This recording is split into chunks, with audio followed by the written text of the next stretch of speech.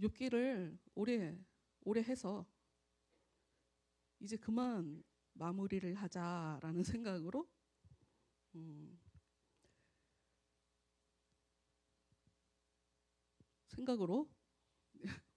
어떤 부분을 함께 나눠야 되나를 다시 한번 보는데 굉장히 중요한 것을 우리가 지난주에 이제 욥기 37장을 봤는데 36장에서 정말 중요한 부분을 제가 또 빼먹은 게 있더라고요. 그래서 이제 그 부분을 함께 여러분과 원래 제 스타일대로 말씀을 그냥 읽어가면서 주제 설교보다는 우리는 평소에 워낙 성경을 안 읽기 때문에 이런 시간에라도 성경을 읽으며 성경에서 과연 우리에게 무엇을 이야기하고 있는가를 같이 오늘 살펴보고자 합니다. 개역개정은 조금 어려운 면이 있어서 오늘 쉬운 성경을 가지고 이제 같이 읽으면서 여러분이 좀 이해가 개역 성경보다는 쉬울 거라고 생각이 들어요. 이 말씀을 들어가기 전에 이제 오늘 말씀 들어가기 전에 우리가 좀 전에 찬양도 하긴 했었는데 말씀 한 구절 앞에 가서 보고 다시 돌아올게요. 돌아올 때는 화면을 보시면 되니까 욥기 23장 10절 말씀 보도록 하겠습니다. 욥기 23장 10절 말씀.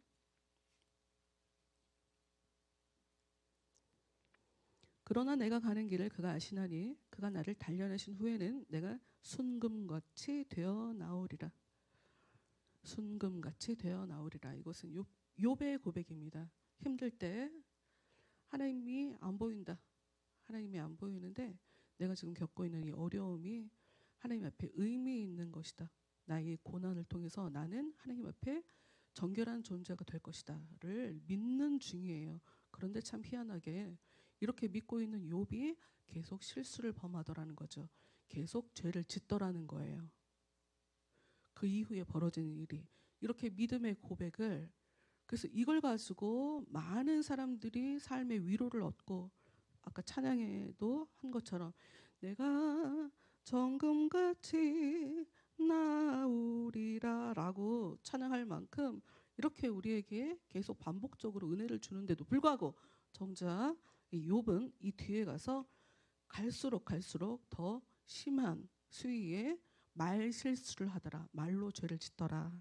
36장 말씀 보겠습니다. 36장 쉬운 성경으로 읽어보도록 하죠. 엘리후가 계속해서 말했습니다. 내 말을 좀 더 들어주십시오. 하나님 편에서 할 말이 더 있습니다. 제가 여러분한테 이제 그 말씀을 드렸죠. 우리가 기독교라고 하는 이 말씀이라는 것이 우리한테 어떤 의미인가? 이런 의미가 있어요. 성경을 우리가 안다는 것, 말씀을 안다는 것은 우리에게 좋은 지도자가 되게 하는 것을 가르치는. 다시 말씀드려요. 성경을 보면 많은 핍박받은 자들이 지도자들과 부딪혔거든요. 많은 지도자들과 부딪혔어요. 그게 무슨 얘기냐면 지금 있는 지도자들 다 끌어내리고 새로운 사람으로 그 지도자의 자리에 앉힐 거기 때문에 지도자가 되게 하는 교육이에요. 성경 말씀이 그래요. 그럼 여기서 우리가 좀 고민해 볼 부분이 있죠. 나를 아무리 봐도 나는 지도자감은 아닌데, 여러분이 그렇게 생각하시면 잘 모르시니까 그 얘기를 하는 거예요. 이상한 지도자는 괜히 만들어지는 게 아니에요. 이상한 사람들이 너무 많아서 그 사람들 중에 힘센 사람이 그 사람들 중에 세상 돌아가는 꼴을 볼 때 답답해 죽겠거든, 나도. 그런데 나보다 힘이 세. 그래? 내가 원하는 거 나 대신에 일 처리해 준다고? 그럼 내가 너한테 힘 밀어줄게. 지금 이런 식으로 지도자는 만들어지는 거예요. 근데 놓치는 게 있죠. 올바른 지도자가 아니면 어떻게 하려고요? 우리가 좋은 지도자가 무엇인지에 대해서 평소 생각하지 않았기 때문에 그런 사람들이 있게 되는 거예요. 그렇기 때문에 여러분은 내가 좋은 지도자가 안 될 거여도 좋은 지도자가 무엇인지를 아셔야 돼요. 아셔야 돼요. 성경에서 가장 중요한 거, 성경은 인본주의가 뭔지 신본주의가 뭔지를 사람들이 보통 얘기하는 것과 다른 방식으로 재정의를 해요. 신본주의, 인본주의. 삶에 하나님 중심으로 살아가는 사람이 있어요. 내 삶에 벌어지는 모든 일들을 하나님 안에서 해석하는 사람이 있어요. 내 삶의 가장 중요한 자리에 하나님을 두는 사람이 있어요. 그 사람이 신본주의예요. 성경은 그런 걸 원해요. 그런 걸 신앙생활을 하는 거라고 얘기해요. 인간이 중심이 될 수 없다. 인간이 가장 중요할 수 없다. 여러분, 엘리후는 철저하게 하나님 편에서 할 말을 하고 있는 사람이에요. 하나님 편에서. 인간의 못된 점은, 인간의 가장 악한 것은 하나님이 내 편 들어주겠지 하고 생각한다는 거예요. 그런 거 없습니다. 착각하지 마세요. 하나님이 여러분 편 들어주지 않아요. 우리가 하나님 편이 되는 거예요. 우리가 하나님 편에 서야 되는 거지, 하나님이 내 편을 들어주는 게 아니에요. 이걸 정확하게 아셔야 돼요. 나는 왜 이런가? 난 왜 이렇게 잘났나? 난 왜 이렇게 못났나? 이게 다 웃긴 생각이에요. 전부 다. 하나님을 다 잃어버린 생각들이라고요. 하나님을 잃어버리면 교만하게 살게 돼요. 하나님을 잃어버리면 죄를 짓게 되고, 나 중심적으로 살게 되면 당연히 믿음의 고백을 그렇게 해놓고도 금방 보이는 현실 때문에 힘들어서 죄를 짓게 되는 게 인간이에요. 하나님 편에서 이야기하는 거, 하나님 편에서 생각해보는 거, 하나님 편에서 주어진 상황을 해석하는 거, 이것이 바로 신앙생활인 거죠. 3절. 나는 먼 곳에서 내 지식을 얻었습니다. 나는 내 창조주의 의로우심을 말하겠습니다. 여기서 중요한 게 창조주예요.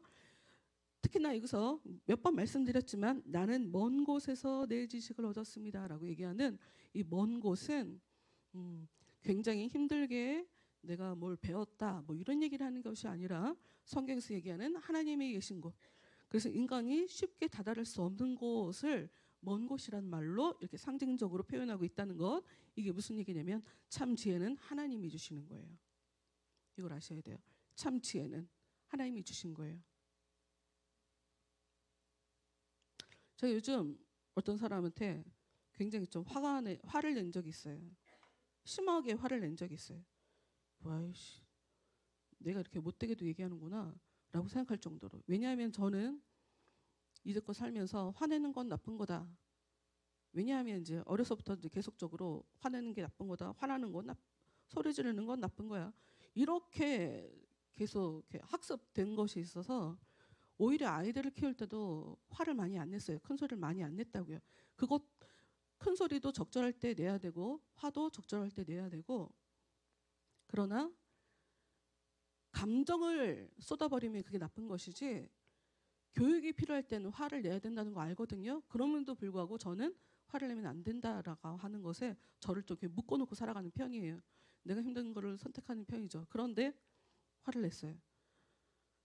왜냐하면 이제 몇 년 동안 기도한 것이 있기 때문에 그래서 화를 내게 됐는데, 희한하게 하나님께서 역사해 주시면서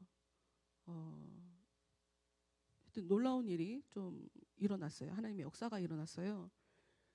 제가 무슨 얘기를 하고 싶으냐면 성경에는 화를 내지 마라, 화내는 건 나쁘다, 덕이 안 된다라고 얘기를 하고 있거든요. 그런데 희한하게 하나님이 화를 내시는 부분이 굉장히 많이 나오고, 예수님이 분명히 사람들한테 바보 멍청이 이렇게 욕해도 안 돼 라고 예수님이 얘기했어요. 그럼 지옥 간대요. 그래 놓고서 당신은 유대 지도자들한테 막 18 뭐 이런 욕을 막 하신 거란 말이에요. 이게 무슨 얘기냐면 하나님의 성령은 우리로 하여금 우리가 이해할 수 없는 일을 하도록 만들어요. 우리가 좋게 보이는 것이 좋은 게 아닐 수가 있고, 우리가 나쁘게 보이는 것이 그게 나쁜 일이 아닐 수가 있어요. 근데 우리는 그걸 분별할 길이 없거든요. 근데 은혜가 오면, 성령께서 역사해 주시면 그 성령께서 내가 생각한 이거는 분명히 내가 지금 화를 내야 될 것 같은데, 근데 하나님이 마음에 역사해 주실 때 화내지 마라 라고 얘기해 주시죠.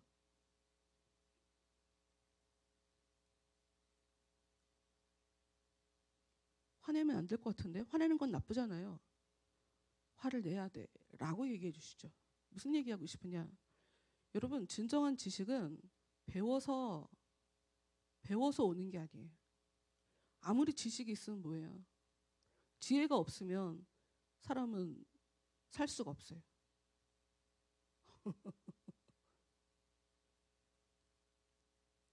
제가 왜 웃었는지 얘기하면 또 딴 길로 셀까봐 이거 안타깝네. 얘기하고 싶다. 주여. 여러분, 지식은, 진정한 지혜는 배우는 게 아니에요. 기도하셔요. 기도하시면서 하나님에게 깨달음을 통해 나에게 찾아오는 거예요. 그걸 아셔야 돼요. 이 사람이 뭐라고 얘기해요? 내 창조주의 의로우심. 오늘 말씀의 제목도 창조의 하나님. 많은 이야기들이 있어요. 욥기에 긴 이야기가 있은 후에 지금 본격적으로 결말이, 욥기 전체의 결말은 어디로 이어지냐? 하나님은 창조하시는 분이다 라고 얘기하고 있어요. 이게 무슨 뜻이냐면 여러분 힘든 일도 하나님께서 만들어내시는 거예요. 그걸 아셔야 돼요. 하나님이 허락하시지 않으면 그 어떤 일도 불가능해요. 우리는 그걸 알아야 돼요. 이미 벌어진 일을 우리가 불평한다는 것은 그 일을 허락하신 하나님을 우리가 오해하고 있는 것이기 때문에 나도 모르게 죄 짓는 것일 수 있다. 힘들 때 힘들다고 얘기하는 게 죄인가요? 네, 죄라고 성경이 얘기해요. 출애굽기를 보면 힘들 때 불평하니까 죽더라고요. 그게 나와요. 믿음이 없기 때문에. 여러분, 성경은 뭐라고 얘기하냐? 믿음이 없이 행하는 모든 것들이 죄라고 얘기해요. 여러분, 기억하세요. 무엇이 죄인가? 믿음 없이 행하는 그 모든 것들이 죄예요. 그러니 우리는 날마다 죄를 지을 수밖에 없어요. 그러니 날마다 그러면 나는 어떡하지? 라고 고민하면 안 돼요. 그러니 날마다 더 큰 은혜를 구하며 살으라는 하나님의 뜻인 거예요. 그러니 네가 할 수 있는, 죄 짓지 않게 너는 무엇이 옳은 것인지 알아야 되고, 하나님이 무엇을 싫어하시는지를 알아야 되고, 사랑 앞에 어떻게 살아가는 것이 올바른 건지를 넌 배워야 돼 라고 하는 하나님의 뜻에 따라 인간은 죄를 지을 수밖에 없는 존재이니 어떻게 하면 내가 죄를 짓지 않으며 살 수 있는가를 고민도 하시고 배우시면 되는 거지. 아무것도 안 하고 그럼 어떻게 하지? 라고 하면 그 아무것도 안 하고 있는 그 여러분의 게으름이 여러분을 사망으로 이끌어가게 될 거예요. 4절. 나는 지혜로 가득 차 있기 때문에 진실만을 말할 것입니다. 하나님은 전능하시지만 아무도 무시하지 않으십니다.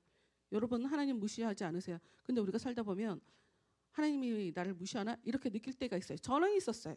여러분은 어떤지 모르겠어요. 하나님이 나를 무시하나? 내가 이렇게 힘들게 사는데 나를 이렇게 내버려 두시나? 나야말로 그런 생각을 긴 시간 했었어요. 나는 별로 안 사랑하시고 내 옆 사람은 저렇게 사랑하시나? 되게 웃기죠.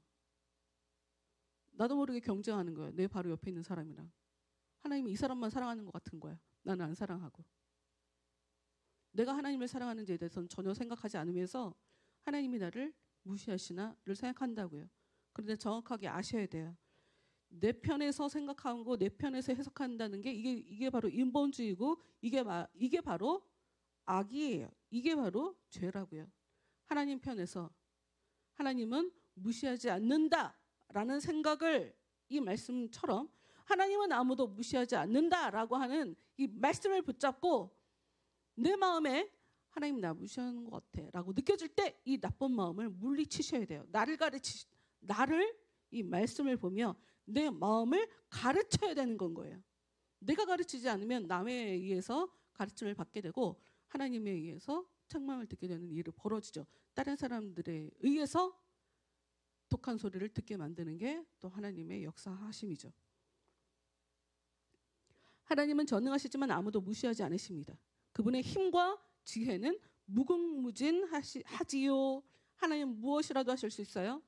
하나님은 기가 막힌 지혜가 있어요. 반대로 되돌려 볼까요? 힘드신 분. 저는 이 생각을 길게 해봤어요. 내가 물질이 없다. 이게 어떤 의미예요? 하나님 나한테 안 주시는 거 아니에요? 힘이 있으시잖아요. 지혜도 있으시잖아요. 돈도 안 주세요? 나한테 돈 벌 수 있는 지혜도 안 주세요. 그럼 지금 하나님이 나에게 지금 안 주고 있는 거 아니에요? 이렇게 생각하면 마음이 덜컹합니까? 저는 그렇다고 봐요.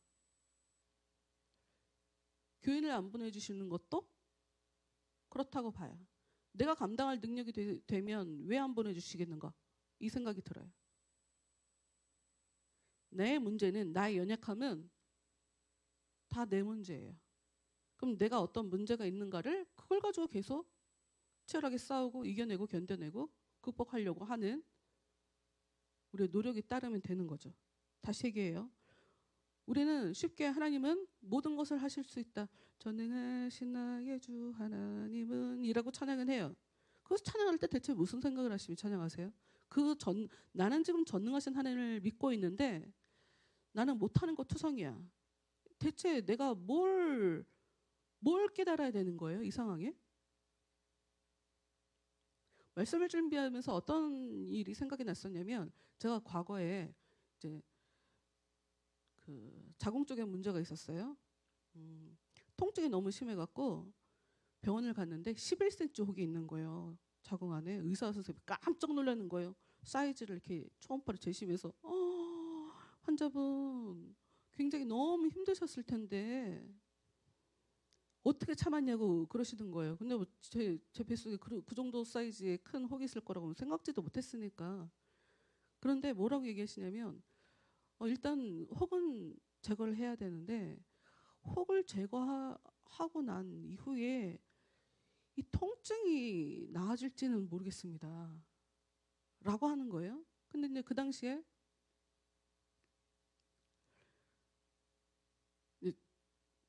저희 남편이 기억하는지 모르겠지만 저희 남편이 제가 병원에서 수술하겠다고 이제 이야기를 했는데 아니 왜 기도원에 가서 기도하지 않고 수술을 하고 수술을 잡고 오냐고 되게 이상하게 봤었던 적이 있었거든요. 근데 저는 그 당시에 무슨 생각을 했냐면 아니 혹이 있는데 병원 가서 떼야지 무슨 기도원을 가.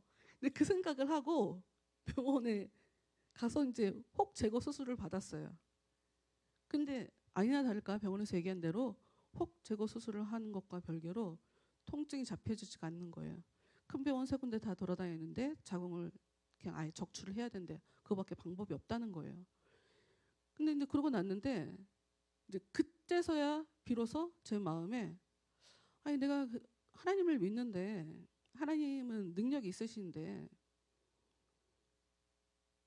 내가 기도 한 번 안 해보고 이 수술을 받는 게 좀 그렇다 하는 생각이 드는 거예요. 근데 제 마음에 기도를 해야 되겠다라고 하는 생각이 드니까 7개월 만에 그게 싹 정리가 돼서 수술을 안 해도 되는 그런 일이 벌어지게 된 거죠.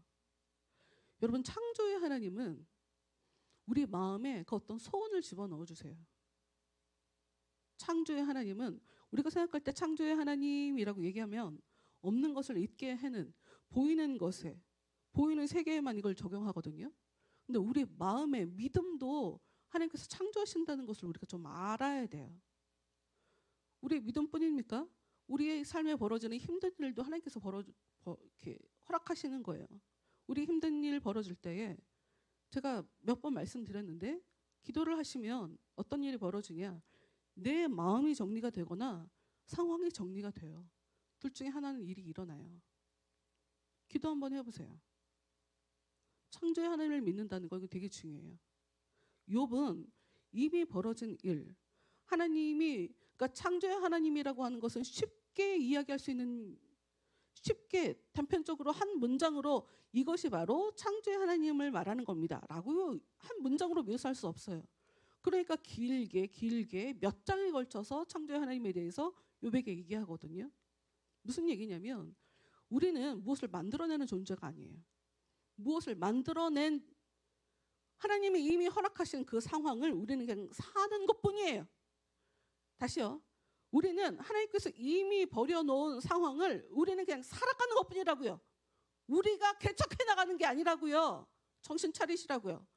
우리한테 은혜를 주셔서 우리 안에서, 우리 옆에서, 우리 뒤에서 역사해 주시는 게 하나님이신 거지, 나를 통해서 역사하시긴 하지만 나만을 위해서 역사하시는 하나님도 없고, 우리한테 중요한 건 우리는 창조의 하나님을 믿기 때문에 내가 이 창조라는 단어를 내 삶에 어디에다 적용시킬 수 있을까? 이건 여러분에게 달려 있어요.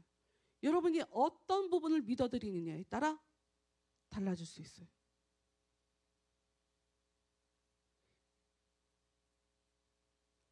뒤에 가서 더 해보도록 하죠. 6절. 악인을 살려두지 않으시고 경건한 자들에게 복을 주십니다.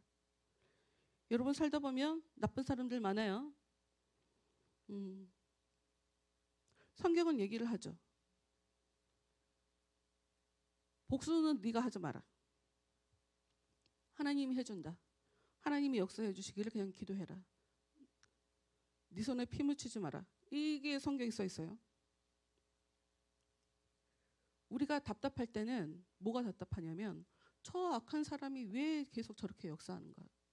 저 못된 사람이 왜 저렇게 저 큰 힘을 갖고 있는가? 그런 거 신경 쓰지 마세요. 쉽게 말해서 우리는 어떤 사람이 악인지 어떤 사람인지 의인인지 우리는 모릅니다. 남에 대해서 우리는 쉽게 판단하면 안 돼요. 쉽게 판단하면 안 된다고요. 좋은 사람인데 무능력한 사람으로 봐서 감옥에 집어넣고 무가치하다고 얘기하는 경우도 있어요. 우리는 무엇이 악인인지 무엇이 의인인지 쉽게 판단하지 못해요. 우리는 나랑 같은 편이면 의인이라고 하고, 나랑 마음이 안 맞으면, 내가 도통 받아들일 수 없는 사람이면 그 사람을 악인이라고 얘기하죠. 하나님은 안 그러겠어요? 하나님은 여러분을 보면서 안 그러겠냐고요. 하나님 보시기에 너 나랑 마음이 맞구나, 넌 의인이야. 하나님이야말로 이렇게 하신다는 것을 여러분이 아셔야 돼요. 우리한테 중요한 건 누가 악인이냐 누가 의인이냐를 우리가 판가름하는 건 중요하지 않아요. 그게 왜 중요해요? 내가 뭐라고? 내가 뭘 알아서? 우리가 알아야 될 것은 하나님이 악인을 살려두지 않는다, 이걸 알 뿐이에요. 악인이 맞다면 하나님이 그냥 넘어가지 않을 거다. 그러니 기다릴 수 있어요. 하나님이 때가 되면 하나님의 때에 하나님께서 역사해 주시겠지. 나한테 못되게 굴어요? 성경을 보면 믿는 사람마다 내가 복이 돼서 나를 미워하면, 나를 축복하면 걔에게도 축복이 있고, 나를 저주하면 걔에게도 저주가 일어난다고 얘기하는 것이 하나님의 선택된 자들에게 주는 약속이거든요. 그럼 거기서 우리가 무엇을 알 수 있냐? 누가 나를 무시해요? 왜 안 견뎌져요? 하나님이 갚아주겠지. 내가 쫓아가서 똑같이 내가 복수해주고 싸우고 그렇게 하지 않아도 분명히 갚아주겠지. 여러분, 그게 믿음이죠. 악인은 살려두지 않으세요. 그런데 복은 어떤 사람에게 주냐? 경건한 자. 은혜는 값없이 우리들에게 주어져요. 정신 차려보니까 이미 은혜를 받은 거예요, 우리는. 그러니까 이게 어떤 의미냐면, 정신을 차려보면 우리는 태어나 있단 말이에요. 아기들이 의식이, 자아가 없잖아요. 어느 정도 성장해야 내가 지금 살아있구나 이런 걸 깨닫는 거 아니에요. 똑같아요. 똑같다고. 정신을 차려보면 우리는 은혜를 받았더라고요. 우리가 은혜를 받았는지도 모르고 은혜를 받았더라고요. 그런데 그렇다고 해서 하나님의 은혜가 공짜냐? 그렇지 않아요. 하나님은 우리에게 은혜를 먼저 선불로 땡겨주시고 후불로 다 받아내시죠. 어떻게? 삶으로. 경건하게 사는 거, 거룩하게 사는 거. 7절. 그분은 의인들에게서 눈을 떼지 않으시고 그들을 왕처럼 대하셔서 영원히 높여주십니다. 그래서 요한계시록에 보면 예수님 옆에, 하나님 옆에 있는 성경, 하늘나라에 들어가 있는 사람들을 보면 전부 다 왕관을 쓰고 있는 모습이 있어요. 이게 무슨 얘기냐? 여러분이 왕처럼 되셔야 경건하게 사실 수 있다. 어렵죠? 무슨 얘기인지. 왕처럼 사셔야 경건하게 사실 수 있어요. 우리가 경건하게 살지 못하는 것은 우리가 어떤 존재인지를 몰라서 그러거든요. 비굴하게 사는 거, 거지처럼 사는 거, 이리저리 구걸하면서 사는 거, 왕처럼 사는 게 뭔지 한번 고민해 보세요. 한 주간 동안. 왕처럼 살면 더럽게 살지 못합니다. 고귀하게 살게 돼요.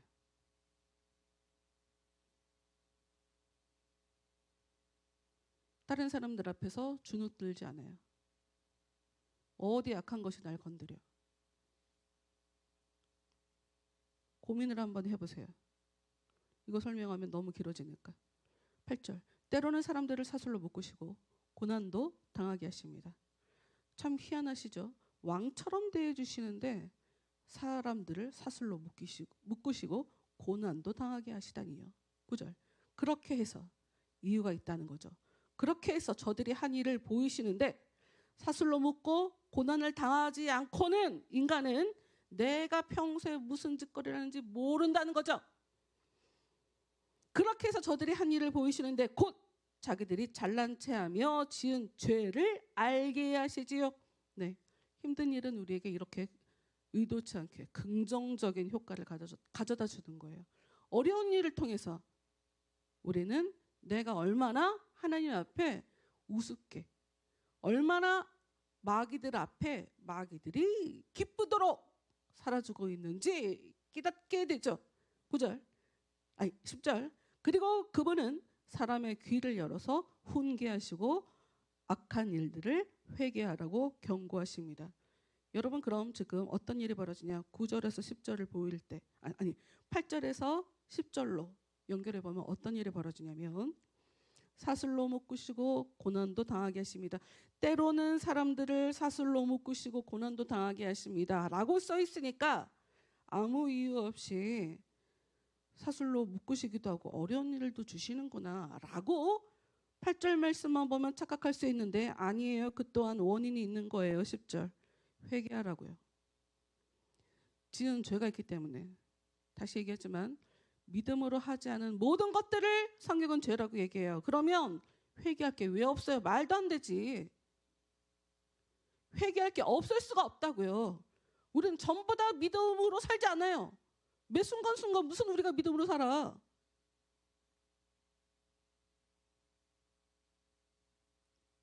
회개할 것 투성이라고요. 그래서 그 일을 어려운 일을 통해서 회개하라고 지금 경고하시는 거예요. 경고. 여러분, 지금 경고는 심판과 좀 다른, 좀 더 가벼운 거죠. 경고는 아직 힘들기 전 상태예요. 11절. 그 상황에 경고하시는데 고난당하고 어려움을 통해 지금 경고하시는데 이 어려운 것도 힘든 거 아니에요? 근데 그 또한 경고라고 얘기하면서 11절. 만약 사람들이 마음을 돌려 순종하면 저들은 결국 행복하게 되고 평안을 누립니다. 힘든 일이 어떤 일이 벌어지라고요? 내가 지금 뭘 하나님 앞에 말을 안 듣고 있는지를 찾아서 말을 들어야 된다는 거예요. 내가 뭘 회개해야 될지를 깨달아서 그걸 찾아내서 하나님한테 회개해야 된다는 거예요. 그렇게 되면 어떤 일이 벌어진다고? 행복하고 평안을 누리게 된대요. 그런데 그렇지만 순종하지 않으면 칼을 보내어 치시고 망하게 하시지요. 경건하지 못한 자들은 마음의 원망을 품고, 여러분 여기서 나옵니다. 무엇이 경건인가? 나는 그래도 잘 사는 것 같은데요. 네, 우리 마음에 하나님을 향한 원망, 사람을 향한 원망이 있다면 성경의 눈으로 볼 때 그 사람은 경건한 사람이 아니에요. 다시 한번 얘기했지만 힘든 일이 벌어질 때 불평하는 게 인간은 그럴 수 있지 않나요? 그러니까 그게 인본주의라고요. 그걸 인본주의를 성경이 죄라고 얘기한다고요. 여러분, 죄라고 하면 여러분이 굉장히 불편하게 여기셔갖고 나는 죄인이 아니라고 얘기했으면 좋겠어. 그런 생각을 하시면 성경이 얘기하는 게 무슨 얘기인지 알아들을 수가 없어요. 성경은 그냥 그거를 그냥 죄라고 말한다는 거예요. 여러분을 죄인이라고 지금 얘기하는 게 아니라 그런 거를 죄라고 지금 설명하고 있는 거라고요. 경건하지 못한 거. 그러니까 내가 원망만 안 하고 살아도 그게 하나님 앞에 경건하다는 거잖아요. 그럼 우리는 삶에 내가 하나님 앞에 옳게 살기 위해서, 내가 하나님 앞에 복을 받기 위해서 무엇을 해야 돼요? 원망, 불평, 화내는 거, 이 마음을 정리하는 걸 배워야죠. 그리고 그렇게 실수했었던 거를 회개해야죠. 하나님, 제가 옛날에 그게 진짜 나빴던 것 같아요. 제가 그때 잘못한 것 같아요. 제가 이제야 깨달았습니다. 하나님, 이제라도 깨닫게 해주셔서 감사합니다. 회개 이제라도 해야죠. 이게 왜 중요한지 볼게요. 13절 다시. 경건하지 못한 자들은 마음에 원망을 품고 그분이 벌을 내리실 때에도 도와주세요 라고 기도하지 않습니다. 힘든 일이 벌어질 때 도와주세요를 하는 게 무엇이다? 경건이다.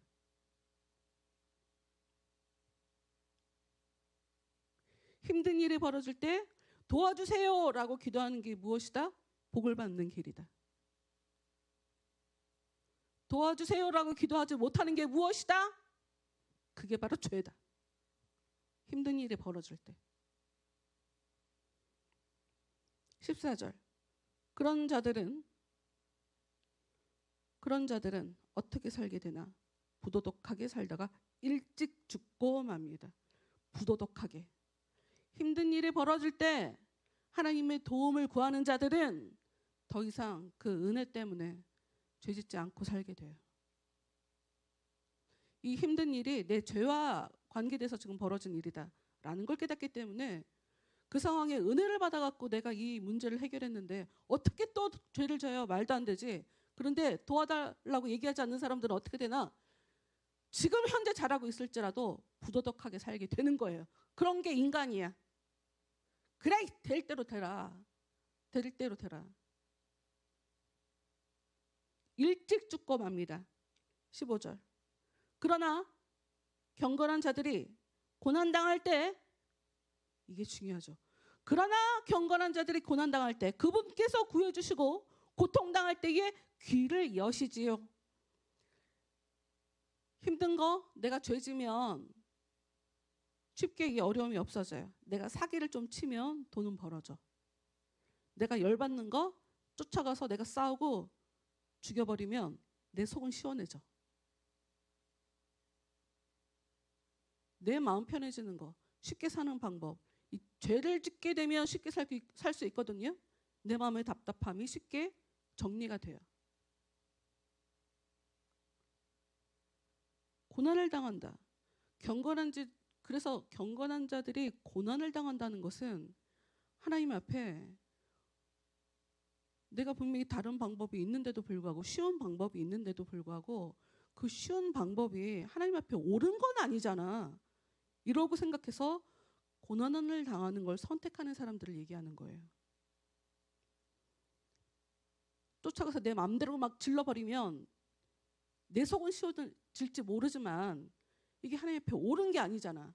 이러면 이 힘든 거를 내가 혼자 속으로 끙끙 앓거든요.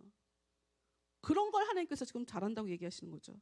고난당할 때 그분께서 구해주시고 고통당할 때에 귀를 여시지요. 오늘은 여기까지 해야 되는데 여기서 중요한 거 한 말씀 꼭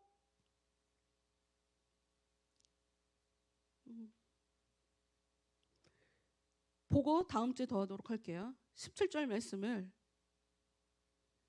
말씀만 읽어볼게요. 그렇지만 이제 당신은 악인이 받아야 할 그 심판을 받고 있지 않습니까? 당신은 공의로운 심판을 받고 있는 중입니다. 여러분, 지금 욥에게 지금 뭐라고 얘기하고 있어요? 당신 지금 힘든 거 하나님께 심판받고 있는 거예요. 공의로운 하나님이 당신 지금 심판받게 하고 있는 거라고. 여러분, 우리는 심판을 죽고 난 이후에 육체 벗고 영혼이 천국 가고 지옥 가고 그렇게만 생각하고 있거든요. 지금 성경 뭐라고 얘기하고 있어요? 욥이 힘든 일을 통해 지금 심판받고 있다, 하나님 앞에. 여러분 심판은 여러분의 삶에 오늘 이 시간에, 지금 이 시간에 우리가 당하는 거지 나중에 벌어지는 게 아니에요. 한 주간 동안 고민해 보세요. 나를 왕으로 얘기하신다는 게 뭘까? 왕처럼 산다는 게 대체 뭘까? 왕으로 여겨주신다는 게 대체 뭘까? 왕처럼 살면 죄 짓지 않는다는 게 대체 뭘까? 이거 고민하시고, 욥은 지금 심판받고 있구나. 하나 힌트를 더 드리자면, 심판은 그래서 죽음 이후에 받는 게 아니에요. 지금 받으셔야 돼요. 살아있을 때 받으셔야 된다고. 하루빨리 받으셔야 돼요. 여러분이 생각하는 심판과 제가 얘기하는 심판이 단어가 의미가 다를 거예요. 그래서 여러분이 이해하기가 어려운 거예요. 찬양하겠습니다.